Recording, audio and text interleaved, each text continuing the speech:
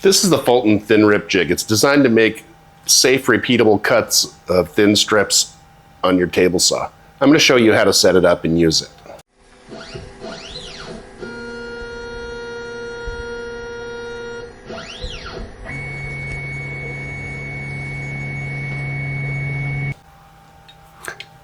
The jig is all aluminum construction with the exception of the star knob, which is made of a hard plastic with a brass insert. It does go up to approximately 5 5/8 inches from slot to blade, so it is adaptable to multiple types of table saws. It's made for 3/4 inch wide by 3/8 inch deep slots and does use an expandable bar as a means of fitting. I don't particularly like that feature as it does tend to take a lot of pressure to lock it down.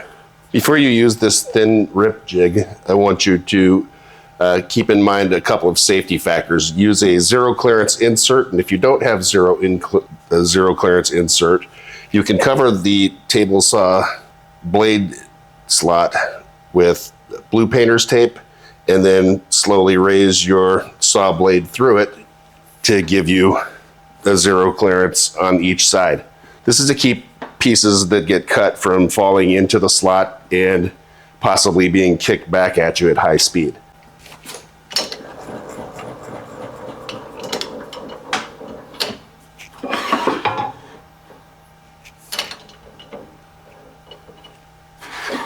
Okay, the first method you can use is to butt or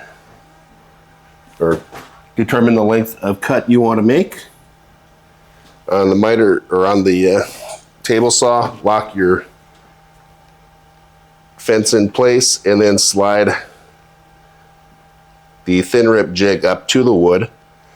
And when you do that, put pressure on it and tighten down the star knob to make sure that everything is tight and doesn't slide. Make sure that you've positioned the guide behind the blade, because you don't want it forward of the blade, you don't want it at the back of the blade. Doing that can cause dangerous situations for kickback. The second method you can use is to first align your guide with the blade and determine what the offset is. In my case, it's at approximately 5 1/16 of an inch. So if I wanted to do a 1/8 inch cut, I would simply slide that back to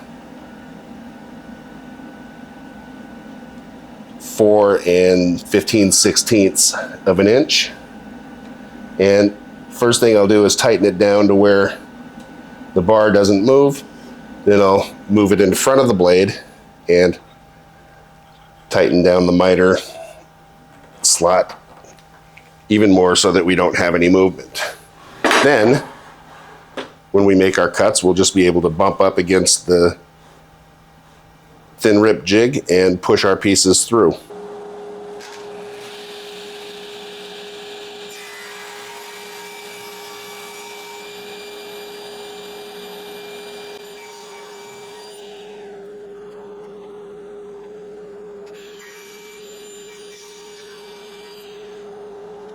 Okay, so now that we've cut our strips, we'll break out our caliper, make sure we're zeroed, and get the thickness of our strip. And as you can see there, it is 1/8 of an inch on the first strip. And moving to our second strip is also 1/8 of an inch.